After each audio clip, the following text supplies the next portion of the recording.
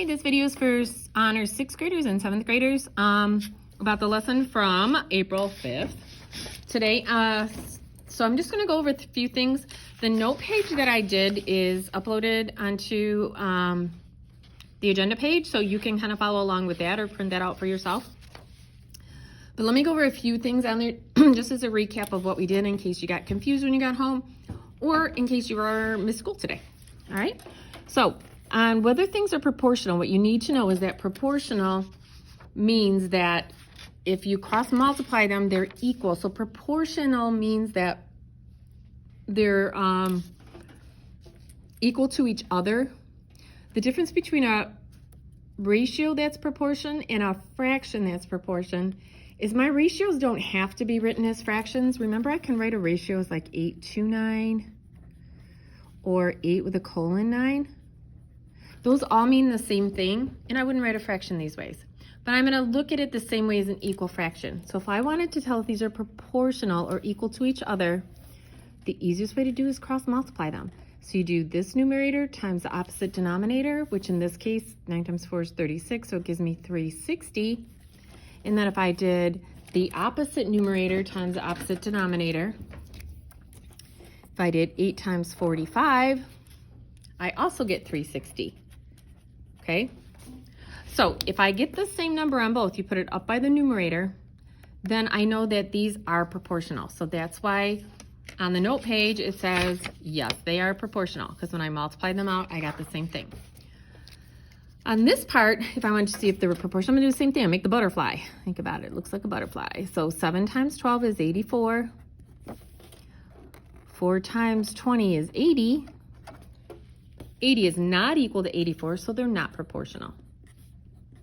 Okay? So that's how I would check for proportionality. Pretty simple. All right, number 3 is done in a story problem. So the biggest thing that I want to tell you is this, and I'm going to read the problem, and then I'm going to tell you what I'm thinking out loud. A particular shade of paint is made by mixing 2 parts red paint and 5 parts blue paint. To make this shade, Jackson mixed 7 quarts of red paint and 17.5 quarts of blue paint. Did he mix the correct shade? Doesn't sound like he did, but we're gonna check it so if I do red paint to blue paint, think about it as a ratio. So I said I have to put something in here, 2 red to 5 blue, okay? That has to equal. If red is on top, red has to go on top here. If blue is on bottom, blue has to go on bottom here. So my information or my units or whatever it is have to be the exact same on both sides. If it's red on top, red on top. I can't go red and then red down here. So that's why I want to put something in to remind me that it's red. Okay, so then I look at my problem. I know we mixed 2 parts red, 5 parts blue. That was my information that it gave me. To make the shade, he mixed 7 quarts of red paint. That means the 7's got to go with the red, and 17.5 of blue. Okay? Saying, is that correct? Well, let's check it. If I did my butterfly, if I do 7 times 5, that one's pretty easy, it's 35.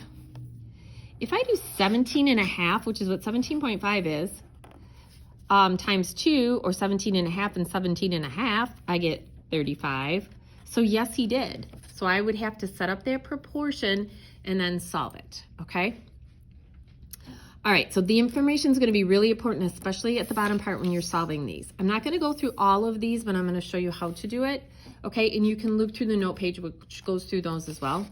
So anytime you're solving a proportion, I'm still going to do the same thing. 5 times 9 has to equal 3 times x.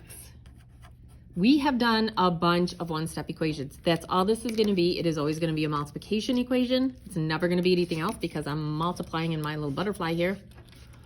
So I would just divide by 3, divide by 3. I get 15 equals x. So that's how I would solve for x. Okay, so first I set up the equation and then I solve. So on this one, I would do -5 times x is equal to 2 times 6, which is 12. Then I solve that equation, and I can get a fraction answer because it's a proportion, not necessarily a fraction. So if I divide by -5, divide by -5, I get x is equal to, remember a negative or a positive divided by a negative is going to be a negative. 5 goes into 12. I could leave this as a fraction. I just change it back to a mixed number. 5 goes into 12 twice. 2 times 5 is 10. So I have 2 left over out of 5. Or if I wanted to divide it out, 5 into 12, I would have got negative 2.4. Okay? Okay. So these other ones are done as well. Same thing. You would do this times this has to equal this times this. And then that's how you get your x. All right, on the bottom part where you're doing ratios, this is really important.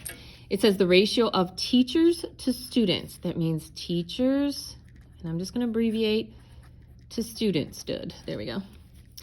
Has to equal teacher to student. That whatever your teacher student has to be exactly the same on both sides. Then I'm going to put in my information. It's saying the ratio is 1 to 12. So teachers came first, so 1 teacher for every 12 students.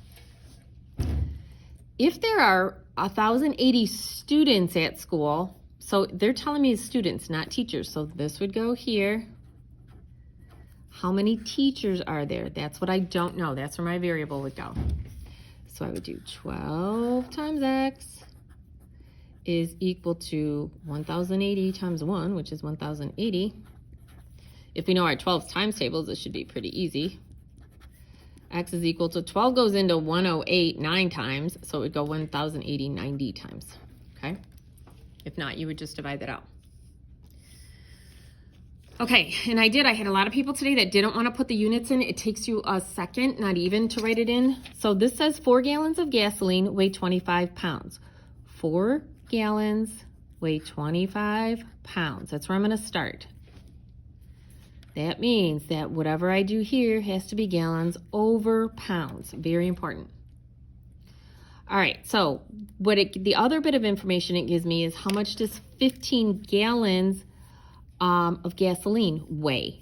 It's giving me 15 gallons. Gallons was on top. I'm looking for the pounds, okay? So I would do 15 times 25, which is 375, I think, is equal to 4 times x. And then I would just solve that.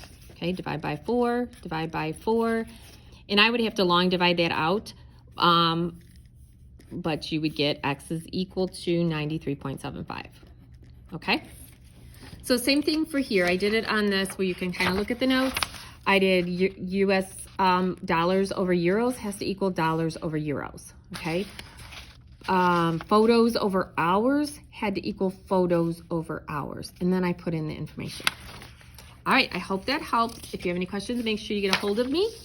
Remember, this note page is on the agenda page as well. Or you can always print that out for yourself. Have a great day.